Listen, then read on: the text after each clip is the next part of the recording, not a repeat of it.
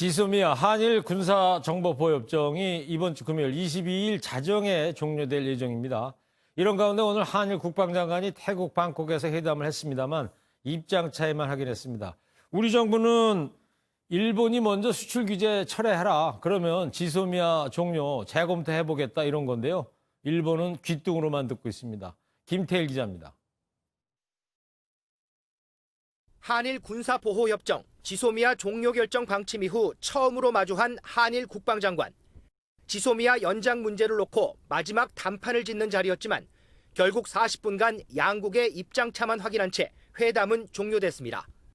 정경두 국방장관은 회담 종료 후 기자간담회를 통해 원론적인 수준에서 대화했고 일본 측에 태도 변화를 요청했다고 전했습니다.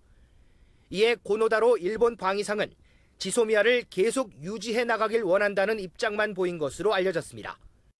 이어 열린 한미일 3국 국방장관 회담에서도 지소미아 연장 문제는 한일 국방장관 회담과 같은 논의 수준에서 성과 없이 종료됐습니다. 에스퍼 장관은 우리 모두의 공동 목표를 달성하기 위해서는 긴밀히 협력하는 것이 중요하다며 지소미아 연장을 거듭 요구했습니다. 정 장관은 이에 대해 역사와 정치, 경제 문제로 한일 안보 협력이 난관에 봉착하는 것은 안타깝다고 말했습니다. 한편 한일 당국은 지난해 12월 20일 동해상에서 발생한 레이더 논란과 초계기 저공 위협 비행에 유감을 표시하고 모든 분쟁은 국제법에 따라 평화적으로 해결해야 한다는 데 의견을 같이 했습니다. MBN 뉴스 김태일입니다. 일본이 지소미아 연장을 위해서 수출 규제를 철회할 생각이 없다는 점을 미국에 통보했다고 일본 언론이 보도했습니다. 한국의 불화수소 수출을 허용한 것은 세계무역기구 WTO 분쟁을 대비한 방어 전략으로 풀이되고 있습니다. 먼저 이무영 기자의 보도를 보시고요. 초읽게 들어간 지소미아 종료 뉴스 추적하겠습니다. 일본 정부가 한국에 대한 수출 규제 조치를 철회하지 않겠다는 최종 방침을 미국에 전달했다고 일본 요미우리 신문이 보도했습니다.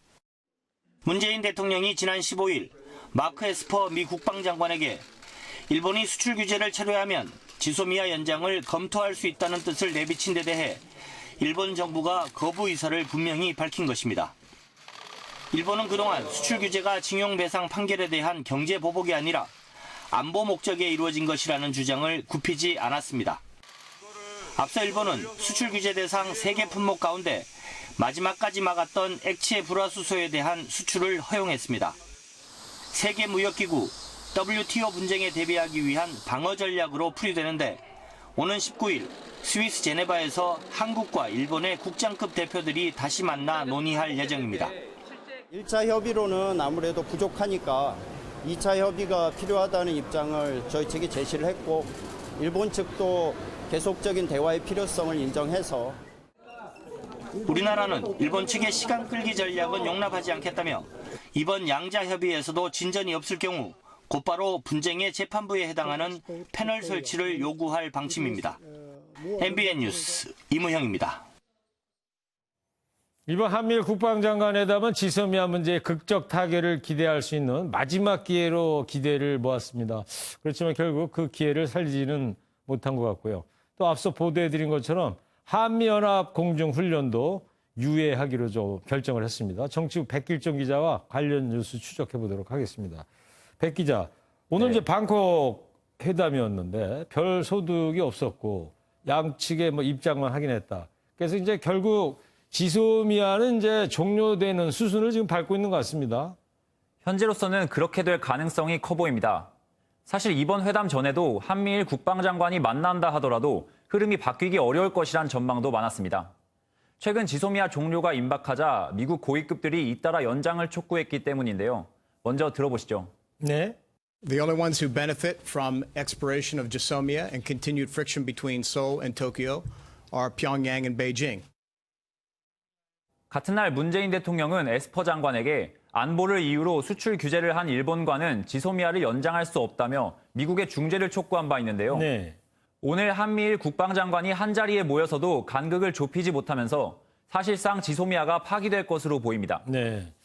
지소미아 한일 정보보호협정 이제 종료밖에 없나요? 다른 길은 없어요? 있습니다. 제3의 길로는 크게 2가지 정도 방안이 있습니다. 하나는 수출 규제를 일시적으로라도 유예시키고 지소미아 문제를 재논의할 조건은 마련하자는 겁니다. 또 다른 하나는 지소미아를 유지는 하되 정보 공유는 무기한 중단해서 일본의 태도 변화가 있으면 정보 공유를 재개하는 겁니다. 그렇지만 한미일 국방장관 회담도 성과를 거두지 못한 데다 강경화 외교부 장관이 미국을 방문해 마이크 폼페이오 국무장관과 만나는 카드도 여의치 않은 것으로 알려지면서 제3의 길도 쉽지 않은 상황입니다. 네. 근데 말이죠. 미국이 오랜 우방인 우리의 강경한 태도에 실망했다는 뭐 그런 얘기도 나오던데 이건 뭔 얘기입니까? 그런 분석이 있는 것도 사실입니다. 미국은 야심차게 펼치고 있는 인도태평양 전략에 한미일 삼각공조가 중요하기 때문에 한일 양국의 갈등을 봉합하려 해왔습니다. 네. 그런데 한국이 지소미아를 연장해서 한미일 안보를 강화하는 데 뜻을 보이지 않으니 한미동맹에 금이 갈 것이라는 겁니다. 마침 내일부터 서울에서 한미 방위비 분담금 특별협정 3차 회의가 열리는데요. 미국이 지소미아 종료를 용인하는 대신 방위비 분담금을 대폭 인상할 거라는 관측도 제기됩니다. 네. 그러니까 지소미아 종료되는 대신에 이 방위비 분담금을 한국 보고 많이 내라 이런 요구할 것 같다 이런 얘기 아니겠어요? 네, 그거죠. 그리고 오늘 방콕 회담에서 한미가 연합 공중 훈련 이거를 이제 연기하겠다는 전격적인 발표를 했는데 어떤 의미라고 봐야 됩니까? 미국이 북미 대화를 위해 양보한 걸로 해석할 수 있는데요. 먼저 들어보시겠습니다. I think we have to be open to all those things that empower and enable our diplomats to sit down with the North Koreans, and we will adjust our exercise posture, either more or less, depending on what diplomacy may require. 북한 김정은 국무위원장이 제일 싫어하는 게 바로 연합 공중훈련인 것으로 알려졌는데요. 북한의 공군력이 약한 만큼 공습의 위협이 커지고 또 북한도 대응 차원에서 전투기를 띄우느라 돈을 많이 써야 하기 때문입니다. 이렇게 북한이 눈엣 가시로 여기는 훈련을 유예함으로써 대화 재개에 물꼬를 트겠다는 의도로 풀이됩니다. 네. 자, 그런 말이죠. 미국이 이제 통 크게 이제 양보를 했으니까 북미 대화가 다음 달부터 재개된다 이렇게 봐도 될까요? 먼저 대화의 첫 관문은 열린 거라고 볼 수 있을 것 같습니다. 네. 지난 14일 북한은 한미훈련 조정을 언급한 에스퍼 미 국방장관을 언급하면서 합동 군사연습에서 빠지든가 연습 자체를 중단한다는 취지로 이해하고 싶다고 밝혔는데요. 훈련을 유예하기로 하면서 이러한 북한의 기대에 어느 정도 부응했다고 볼 수 있습니다. 그러나 훈련 유예가 결정된 바로 오늘 북한은 외무성 대변인 담화를 발표했습니다. 그래요? 유엔 총회에서 인권 결의가 채택된 것을 두고 인권 문제를 조작해내고 침략의 구실로 써먹는 게 제국주의자들의 수법이라며 우리 제도를 전복하려는 개꿈을 꾸고 있는 미국과 더 이상 마주 앉을 의욕이 없다고 밝힌 겁니다. 상황이 이렇기 때문에 북미 대화 재개는 좀 더 지켜봐야 할 것 같습니다. 미국 보고 또 개꿈 꾸지 말라 또 이런 또 경고성 이야기를 했군요. 네, 맞습니다. 참 연합훈련 연기한다 그랬더니 이번에 또 인권 결의를 또 걸고 넘어지고요. 정말 갈 길이 먼 것 같습니다. 예. 지금까지 정치부 백길정 기자였습니다. 네, 오늘 정치권에서는 여야 거물급 인사들의 총선 불출마 선언이 있었습니다. 먼저 임종석 전 대통령 비서실장이 돌연 불출마와 함께 사실상 정계 은퇴를 선언했습니다. 사전에 이 사실을 몰랐던 여권은 크게 당혹스러워하는 분위기입니다. 먼저 최중락 기자입니다. 여권의 차세대 주자로 평가받던 임종석 전 대통령 비서실장이 내년 총선 불출마를 선언했습니다. 임 전 실장은 페이스북을 통해 제도권 정치를 떠나 원래의 자리로 돌아가려 한다고 밝혔습니다. 앞으로의 시간은 통일운동에 매진하고 싶다고 말해 자신이 직접 세운 남북경제문화협력재단으로 복귀할 예정입니다. 임 전 실장 측근은 장관이나 총리 가능성 등 모든 정치권에서 떠나는 사실상 정계 은퇴를 선언한 것이라고 설명했습니다. 임 전 실장은 3기 전대부장 당시 임수경 방북을 주도했고 16대 최연소 국회의원과 지난해에는 남북정상회담 준비위원장 등을 맡았습니다. 남북 정상이 함께 나눈 지난 우정과 역사적인 감동의 순간을 전 세계인들도 함께 느끼게 되리라 생각합니다. 여당인 민주당은 사전 논의가 없었다며 아쉬워하면서도 배경을 파악하는 데 분주했습니다. 정치의 영역에서 일할 수 있는 좋은 분들이 불출마가 마치 최고의 선인 것처럼 비춰지면 안 된다. 민주당 내에서는 이번 불출마 결정이 내년 총선을 앞두고 청와대 출신 인사 공천 등 인적 쇄신에 미칠 파장에도 예의주시하고 있습니다. MBN 뉴스 최종락입니다. 자유한국당에서는 부산에서 내리 3선을 지낸 중진 김세연 의원이 총선 불출마를 선언했습니다. 김 의원은 한국당 지도부와 의원 전원이 총사퇴하고 당을 해체해야 한다는 강경한 메시지도 전했습니다. 김지영 기자입니다. 김세연 자유한국당 의원이 기자회견을 열고 총선 불출마를 전격 선언했습니다. 지역구인 부산에서 18대 총선부터 내리 3선을 한 김 의원은 한국당 중진 가운데 처음으로 불출마 결단을 내렸습니다. 한국당은 이제 수명을 다했다는 김 의원은 지도부 사퇴는 물론 의원 전원이 물러나야 한다고 촉구했습니다. 황교안 당대표님, 나경원 원내대표님 두 분이 앞장서시고 우리 다 같이 물러나야만 합니다. 그러면서 초재선 의원들의 중진 용퇴 요구를 외면하는 중진 의원들을 비판했습니다. 물러나라 물러나라 서로 손가락질은 하는데 자기는 예외이고 남 보고만 용퇴하라 험지에 나가라고 합니다. 당을 해체해 새로운 기반에서 새로운 사람들로 다시 시작해야 한다는 말도 덧붙였습니다. 황 대표는 불출마 요구에 대해 직접적인 반응 대신 변화와 쇄신을 위한 또 하나의 출발점이라며 당 발전에 디딤돌이 되도록 하겠다고 밝혔습니다. 이해식 더불어민주당 대변인은 한국당이 김 의원의 자성의 목소리에 귀를 기울여야 한다고 말했습니다. 김 의원의 불출마 선언으로 물갈이 요구를 거부하고 있는 한국당 중진위원에 대한 용퇴 압박은 더 거세질 전망입니다. MBN 뉴스 김지영입니다. 이렇게 여야 중진급 인사들의 불출마 선언에 이어서 제3지대 신당 창당 움직임도 본격화하고 있습니다. 바른미래당의 비당권파와 민주평화당 탈당파 모두 통합 대신에 창당으로 방향을 틀었는데요. 관련해서 이동화 기자의 기사를 먼저 보시고요. 이어서 여야 의원들의 잇따른 총선 불출마 선언 영향을 뉴스 추적에서 짚도록 하겠습니다. 바른미래당 비당권파 모임인 변화와 혁신을 위한 비상행동 변혁이 신당 추진기획단 첫 회의를 열었습니다. 변혁은 현재의 지리멸렬한 야권으로는 내년 총선에서 문재인 정부를 심판할 수 없다며 세대 교체를 통해 한국당과 차별화를 꾀하겠다고 밝혔습니다. 공정과 정의에는 눈 감고 자유만 부르짖는 낡은 정치로는 변화하는 시대를 따라갈 수 없고 청년 세대의 불신과 외면에서 벗어날 수 없습니다. 민주평화당에서 탈당한 의원들이 만든 가칭 대한신당 역시 창당 발기인 대회를 갖고 본격적인 준비 작업에 착수했습니다. 대한신당은 제3정치 세력의 결집과 통합을 통해 내년 총선에서 승리하겠다고 밝혔습니다.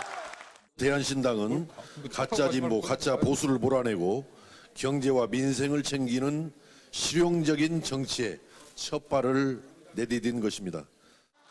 연동형 비례대표제 도입 등 선거제 개편으로 내년 선거판의 지각 변동이 예상되면서 정치권의 창당 움직임이 본격화되고 있습니다.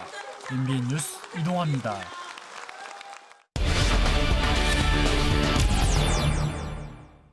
네, 임종석 전 청와대 비서실장, 자유한국당의 김세연 의원 등 오늘 하루에만 여야 거물급 정치인 2명이 총선 불출마 선언했습니다. 내년 총선 앞두고 정치권에서 물갈이를 통한 인적 쇄신 목소리가 계속 나오고 있는 가운데 대규모 물갈이의 신호탄이 될 것인지 관심이 쏠릴 수밖에 없습니다. 정치부 최영규 기자와 함께 뉴스 추적하도록 하겠습니다. 최영규 기자, 임종석 전 비서실장 말이죠. 내년 총선 출마가 유력시 됐잖아요. 갑자기 불출마 선언했어요. 배경이 뭡니까? 네, 임종석 전 청와대 비서실장은 서울 종로구나 중구 성동구 을지역구에 출마할 거라는 설이 유력했습니다. 실제로 청와대 비서실장에서 물러난 이후 집도 종로로 옮길 정도였는데요. 하지만 종로 지역구 정세균 전 국회의장의 출마 의지가 강한 데다가 당내에서는 86세대 쇄신에 대한 목소리도 있어 불출마를 결정한 것으로 보입니다.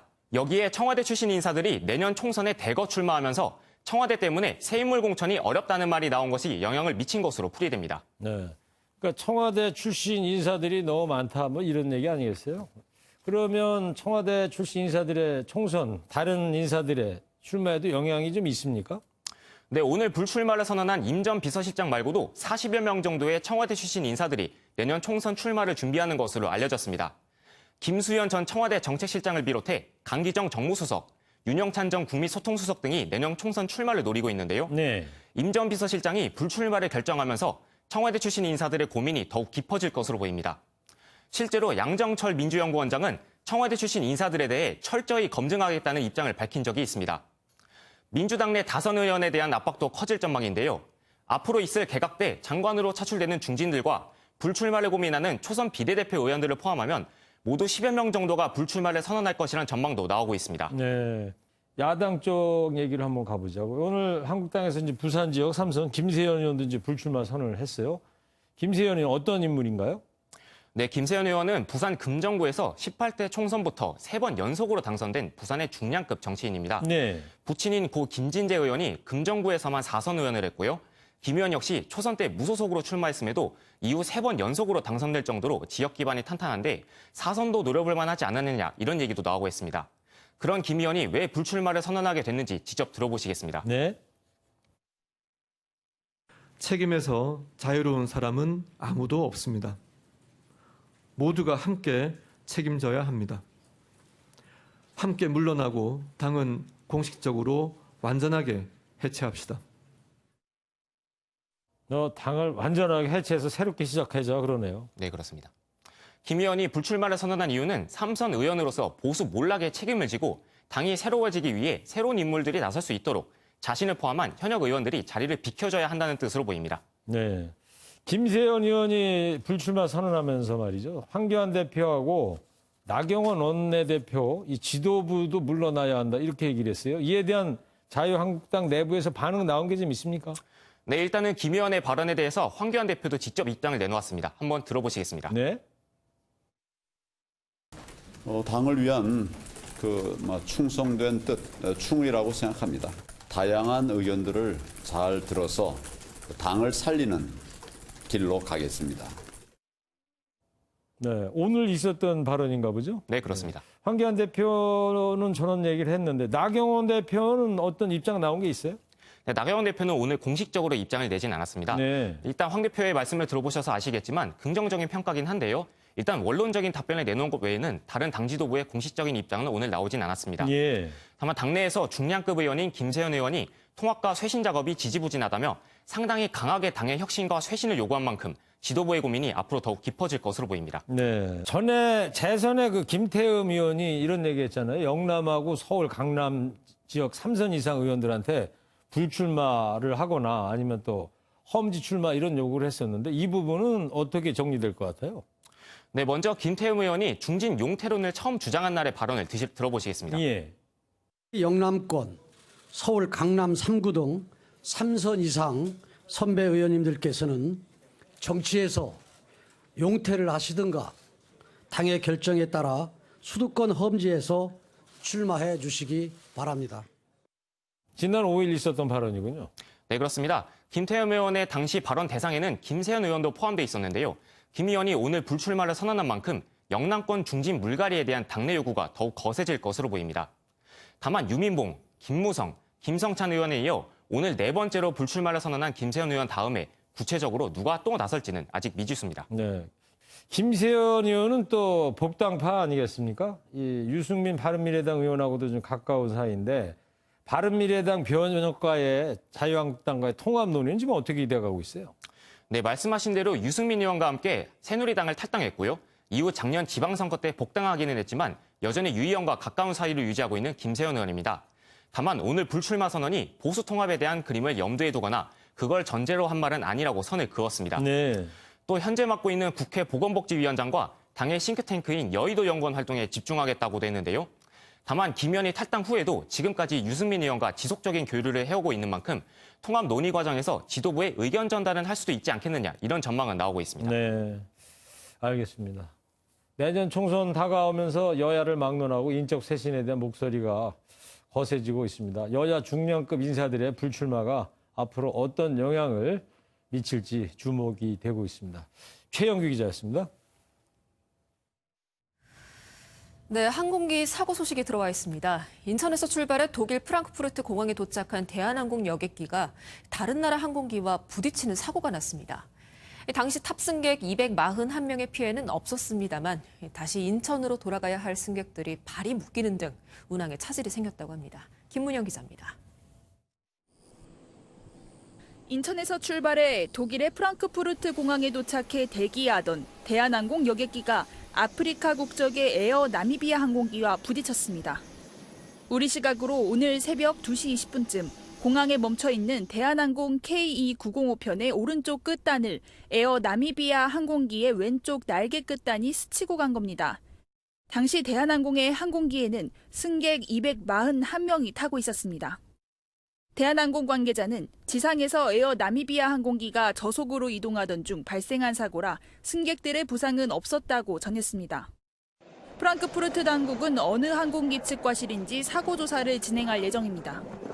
이 사고로 같은 항공기를 이용해 프랑크푸르트에서 인천으로 가려던 승객 260명은 출발 예정 시간이 10여 분이 지난 뒤 운항 차질 소식을 들었습니다. 1시간 넘게 게이트 앞에서 대기하다가 일부 항해에 나선 승객들은 대한항공 측 안내로 인근 호텔로 이동했습니다. 승객들은 항공사 측이 제공한 대체 항공편을 이용해 결국 21시간이나 지연된 오늘 밤 귀국길에 나섭니다. 대한항공 측은 나미비아 항공기가 이동하면서 날개가 접촉하게 된 상황이기 때문에 나미비아 쪽에 과실로 보고 있다고 설명했습니다. MBN 뉴스 김문영입니다. 국내에서도 사고가 잇따랐습니다. 경기도 부천의 병원 공사 현장에서는 옹벽이 무너져서 작업자 2명이 숨졌고요. 대구에서는 구중 추돌 사고가 발생해 10여 명이 다쳤습니다. 이재호 기자입니다. 경기도 부천의 한 병원 3층입니다. 작업 중지 명령서가 붙어 있고 출입이 통제돼 있습니다. 오늘 오전 10시 10분쯤 병원에서 공사하던 50대 남성 2명이 옹벽에 깔리는 사고가 발생했습니다. 병원에서 사고가 발생한 만큼 작업자들은 이곳 1층 응급실로 곧바로 옮겨졌지만 끝내 숨을 거뒀습니다.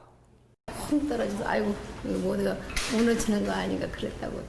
사고는 다음 달로 준공 예정된 병원 확장 공사를 하던 도중 일어났습니다. 벽을 해체하는 작업 중에 이게 쏟아져가지고 깔리셔가지고 돌아가신 걸로. 도로변에 차량 잔해물이 어지럽게 낮은 겁니다. 오늘 오전 11시 반쯤 대구시 동구의 한 도로에서 구중 교통사고가 발생해 10여 명이 다쳤습니다. 사고는 뒤에서 충격을 당한 70대 운전자가 가속 페달을 밟으면서 더 커졌습니다.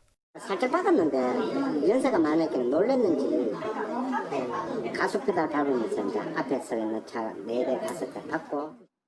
앞서 0시 40분쯤 부산 기장의 고속도로에서는 속도 경쟁 등 난폭 운전으로 추정되는 사고가 발생해 차량 3대가 파손되기도 했습니다. MBN 뉴스 이재호입니다. 학생들이 낸 피 같은 등록금을 마치 쌈짓돈처럼 사용한 대학교 총장이 구속됐습니다. 어떻게 썼나 봤더니요. 대학교 건물에 아들이 살 집을 짓는가 하면 수억 원의 펜션까지 구입을 했다고 합니다.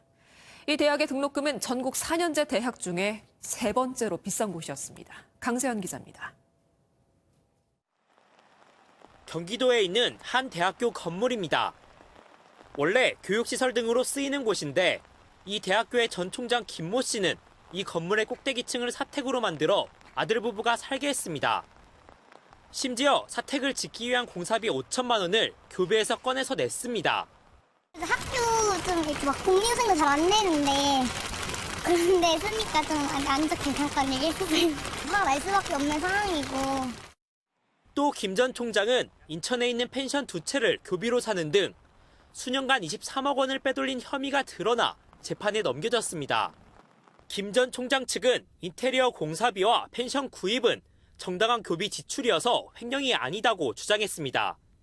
하지만 재판부는 펜션을 교육에 직접 필요한 시설로 볼 수 없다며 교비를 목적에 맞지 않게 사용했다고 판단해 징역 2년을 선고했습니다. 문제가 된 사택은 현재 연수 참가자들의 숙소 등으로 사용되고 있는 것으로 알려졌습니다. 김 전 총장 측은 판결을 인정할 수 없다며 항소했습니다. MBN 뉴스 강세현입니다. 가수 빅뱅의 멤버 대성 씨가 소유한 서울 강남의 빌딩에서 불법으로 유흥업을 했다는 의혹이 나왔었죠. 해당 건물이 현재 철거 중인 것으로 확인이 됐습니다. 경찰은 이번 주 중으로 대성시를 소환해서 불법 유흥 사실을 알고 있었는지 조사에 나섭니다. 정태웅 기자입니다. 가수 빅뱅의 대성이 소유한 서울 강남의 건물입니다. 이른바 대성 빌딩이라고 불리는 이곳은 현재 철거가 한창입니다. 사실상 거의 모든 층이 공사 중이거나 폐쇄돼 있습니다. 대성이 군복무를 마친 지난 10일에 며칠 앞서 이곳은 철거가 시작된 것으로 알려졌습니다. 네, 뭐 언제쯤부터 그런 작업이 이루어졌거나 이런 걸 좀. 지난 7월 이곳에서 불법 유흥업소가 운영됐다는 논란이 일고 난 후 경찰이 전담팀을 꾸려가며 압수수색까지 진행한 지 약 3개월여 만입니다. MBN 취재 결과 서울 강남경찰서는 건물 주인 대성을 이번 주 안으로 소환해 조사할 방침인 것으로 알려졌습니다. 대성이 자신의 건물에서 해당 유흥업이 이루어진 것을 알고 있었는지 여부가 쟁점이 될 것으로 보입니다. 만일 대성이 이를 알았다고 한다면 처벌을 피할 수 없어 보입니다. 이에 대해 대성 측은 불법 영업에 대해서는 몰랐다는 입장을 유지하고 있습니다. MBN 뉴스 정태웅입니다. 고령화로 노인분들을 전문으로 돌보는 요양기관과 요양병원들이 많이 생겨났죠. 그런데 당직 의사들이 사망 선고밖에 할 게 없다는 아주 황당한 말이 나오고 있습니다. 왜 이런 상황이 발생했는지 안진우 기자가 자세하게 취재했습니다. 부산의 한 요양병원입니다. 80대 할머니가 병원 측의 과실로 내사에 빠졌다고 주장하는 가족들이 플래카드를 내걸었습니다. 할머니는 지난달 28일 밤 9시 50분쯤 병원 침대에서 구토한 후 의식을 잃었습니다. 뇌에 문제가 있다고 판단이 내려진 뒤 이 병원 저 병원으로 옮겨지면서 수술을 받기까지 3시간이 넘게 걸렸습니다. 빨리 조금 수술이 가능한 병원으로 옮겨줬더라면 생명에 좀 지장이 없을 수도 있었는 것 같은데 병원에서 좀 조촐하게 처치를 안 한 것 같습니다. 결국 할머니는 뇌출혈로 인해 내사 상태에 빠졌습니다. 요양병원 측은 과실은 없었으며 적절한 응급조치를 다했다고 말합니다. 가족들의 주장과 달리 당직 의사도 있었다고 말하면서도 황당한 답변을 내놓습니다. 당직방에 있는데 한의사의 범위랑 양의사의 범위가 틀리다. 한의사가 할 수 있는 범위는 한정돼 있어요. 요양병원에서는 거의 할 수 있는 게 사망선언밖에 없어요. 요양병원이 급증하면서 의사 인력이 부족하다는 이유로 요양병원에서 근무하는 한의사는 급증했습니다. 가족들은 당직 의사가 있었는지 확인하려고 CCTV 공개를 요구했지만 병원 측은 개인정보 보호 등을 이유로 이를 거부했습니다. MBN 뉴스 안진우입니다. 우리나라에 잠깐 들어와서 진료만 받고 돌아가는 얌체 같은 외국인들이 문제가 된 바 있죠. 그래서 정부가 6개월 이상 국내에 거주하는 외국인들은 건강보험에 의무적으로 가입을 하게 했습니다. 그런데 그 결과 저소득층 이주민들이 피해를 보고 있다고 하는데요. 윤지원 기자가 실상을 알아봤습니다. 70대 노모와 20대 두 자녀와 함께 국내에 정착한 지 10년이 된 임분옥 씨. 한 달 수입은 200만 원이지만 건강보험료 부담은 30만 원을 훌쩍 넘습니다. 정착하고 산다고 열심히 노력하는데도 아직도 뭐 월세 살고 있으니까 그런 부분들도 있으면 거의 생활 유지하기도 좀 어렵죠. 식당을 하며 20대 두 자녀를 키우고 있는 최금옥 씨 역시 사정은 마찬가지입니다. 작은 아들이는 지금 8월 달부터 지금 그냥 11만 3,050원 그거 내고 있거든요. 큰 아들이는 작년부터 혼자 지금 또 내고 있고. 내가 또 11만 원 또 얼마 또 내야 돼요. 그럼 우리 지금 한 가족이 지금 얼마 내겠어요? 6개월 이상 국내 거주하는 외국인에 대해서 의무가입으로 바꾼 건강보험법 개정안이 지난 7월부터 시행된 데 따른 겁니다. 형편이 넉넉치 않은 이주민들은 과도한 부담을 호소합니다. 이주민의 경우 소득과 재산이 없더라도 국내 가입자 평균 수준의 건보료를 부담해야 하고 한 세대의 구성원이라도 배우자나 미성년자 자녀 외에는 모두 보험료를 각자 내야 하기 때문입니다. 심지어 지난달 헌법 소원까지 제기된 상태입니다. 내국인처럼 똑같게는 할 수 없으나 소득이 없는 사람들까지 이렇게 내는 거는 좀 너무나 가혹하지 않나. 반론도 만만치 않습니다. 필요할 때만 일시적으로 건강보험에 가입해 싼 값에 치료를 받는 이른바 건보료 먹튀를 막기 위한 취지였고 그동안 외국인으로 인한 건보 재정 적자도 심각했기 때문입니다. 외국인들의 부정사용이 굉장히 많아서 그거에 대한 조금 규제 단속 차원에서 이제 대책을 정부 합동 대책으로 만든 겁니다. 다만 과도한 보험료로 인해 불법 체류자를 양산할 것이라는 우려가 커지면서 국내에 뿌리내리고자 하는 이주민을 고려한 세심한 정책을 요구하는 목소리도 적지 않습니다. MBN 뉴스 윤지원입니다.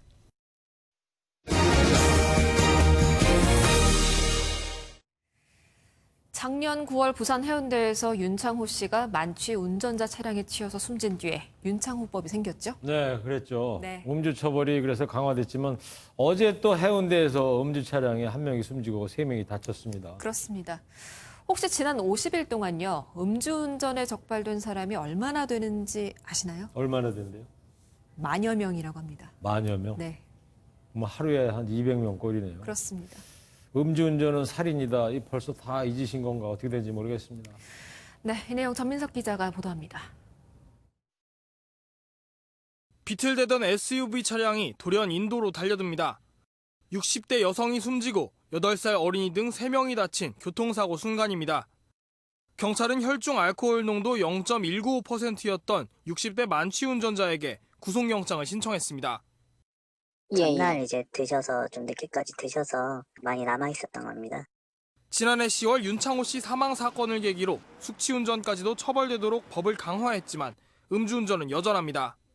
지난 9월부터 50일간 음주운전으로 경찰에 적발된 사람은 모두 1,593명. 하루 200명이 넘는 수준으로 전체 위험운전 행위 검거 건수의 90%가 넘습니다. 특히 음주 안전불감증은 산행에서도 심각합니다. 지난해 3월부터 국립공원 내 음주가 전면 금지됐는데도 400여 명이 적발됐습니다. 지난 5년간 음주로 인한 국립공원 내 사고는 모두 30건으로 5명이 추락이나 심장마비로 숨졌습니다. MBN 뉴스 전민석입니다. 우리나라 주요 그룹의 3분기 영업이익이 지난해보다 75% 급감한 것으로 나타났습니다. 액수로 따지자면 19조 원인데요. 현대차를 뺀 나머지 10대 그룹이 모두 최악의 부진을 겪었습니다. 이상주 기자입니다. 미중 무역 분쟁과 글로벌 수요 부진, 제조업 경기 침체 등 3중고가 우리나라 국내 주요 그룹을 덮쳤습니다. 10대 그룹의 상장 계열사 90곳의 3분기 보고서를 분석한 결과 영업이익이 75% 감소한 겁니다. 지난해 세계 메모리 반도체 시장의 호황으로 사상 최대 실적을 기록했던 삼성의 영업이익은 10조 원 이상 떨어졌고 SK와 LG의 영업이익도 큰 폭으로 하락했습니다. 우리나라 전체 수출의 5분의 1가량을 차지하는 반도체 업황 부진 등 각종 악재로 수출이 부진한 것이 이익 하락을 주도했습니다. 세계적으로 수요가 부진한 게 가장 크게 작용하고 있고요. 반도체 가격이나 이제 국제 유가나 좀 지지부진한 상황이기 때문에 반등 시점이 계속 지연되고 있어요. 10대 그룹 중에서는 현대차 그룹이 신차 투입 효과 등으로 같은 기간에 비해 유일하게 증가했습니다. 앞으로의 전망도 썩 좋지는 않습니다. 지난해 12월부터 올해 10월까지 월간 수출이 11개월 연속 감소하고 올해 GDP 성장률이 1%대에 그칠 것이라는 전망 속에 경제 활력 보강을 위한 정부의 정책 대응 중요성이 커졌습니다. MBN 뉴스 이상주입니다. 시진핑 주석이 홍콩 시위대를 폭력 범죄 분자로 규정한 지 이틀 만에 홍콩 거리에 중국군이 등장을 했습니다. 시위를 진압한 건 아니고요. 시위대가 설치한 장애물을 치우는 등 청소만 하고 사라진 겁니다. 이 같은 행위가 곧 중국군 투입이 임박했다는 신호라는 분석입니다. 장명훈 기자입니다. 쉐루가스가 자욱한 홍콩 폴리테크닉 대학 앞 거리가 전쟁터를 연상시킵니다. 5개월 넘게 계속된 시위로 홍콩이 혼란에 빠진 가운데 어제 갑작스러운 중국 인민해방군의 등장으로 긴장감이 감돌고 있습니다. 40분간 거리에 설치된 장애불을 치우고 사라진 중국군은 대테러 특수부대인 것으로 알려졌습니다. 홍콩 언론은 무질서를 억제해야 한다고 강조한 중국군이 중국 서부 지역 특전여단 대테러 특수부대라고 밝히면서 서부 지역 주둔군이 홍콩에 온 게 이례적이라고 보도했습니다. 시위대 측은 중국군이 이번에는 벽돌을 치웠지만 다음에는 시위 진압에 나서 홍콩 시민들을 도살할 수 있다고 우려했습니다. 시진핑 중국 국가주석의 홍콩 시위대 범죄자 발언과 중국 관영 매체의 홍콩 시위 테러 규정에 이은 갑작스런 중국군 출현. 중국군 대테러 부대가 홍콩 시위 진압에 투입될 확률이 커지고 있다는 우려가 나오고 있습니다. MBN 뉴스 장명훈입니다. 프로농구 DB가 또 한 번 선두 SK를 잡으면서 확실한 천적으로 자리매김했습니다. 여자 프로 배구에서는 GS칼텍스가 2연속 우승에 도전하는 흥국생명의 앞길을 또 한 번 막았습니다. 김동환 기자입니다. 이번 시즌 유일하게 DB에만 못 이긴 SK가 헤인지의 덩크슛과 김선영의 버저비터 석점슛으로 기선을 제압했습니다. 하지만 DB가 가만 보고 있지 않았습니다. 그린이 가로채기에 이은 슬램덩크로 분위기를 바꾸고 SK보다 훨씬 더 먼 거리에서 석점슛을 꽂아 넣었습니다. 충돌 직전까지 갈 정도로 치열한 대결을 벌인 두 팀. 마지막에 우승 건 그린이 원맨쇼의 진수를 보여준 DB였습니다. 그린은 혼자 석점슛 5개 등 40점을 몰아치며 짜릿한 역전승을 이끌었습니다. 선두 SK는 또 DB에게 발목 잡혀 4연승을 멈췄습니다. 5세트 14대 12. 벼랑 끝에 몰린 흥국생명이 러치의 고공 스파이크를 받고 또 받아냅니다. 그러나 흥국생명 이재영의 회심의 공격을 GS칼텍스가 블로킹으로 막아내며 150분간 혈투를 끝냈습니다. 2, 3세트를 내줬던 GS칼텍스가 4, 5세트를 연거푸 따내며 만든 재역전승. GS칼텍스는 하루 만에 1위를 탈환했습니다. 반면 지난 시즌 챔피언 흥국생명은 혼자서 40점이나 올린 이재영의 활약에도 1라운드 패배를 서력하지 못했습니다. MBN 뉴스 김동환입니다.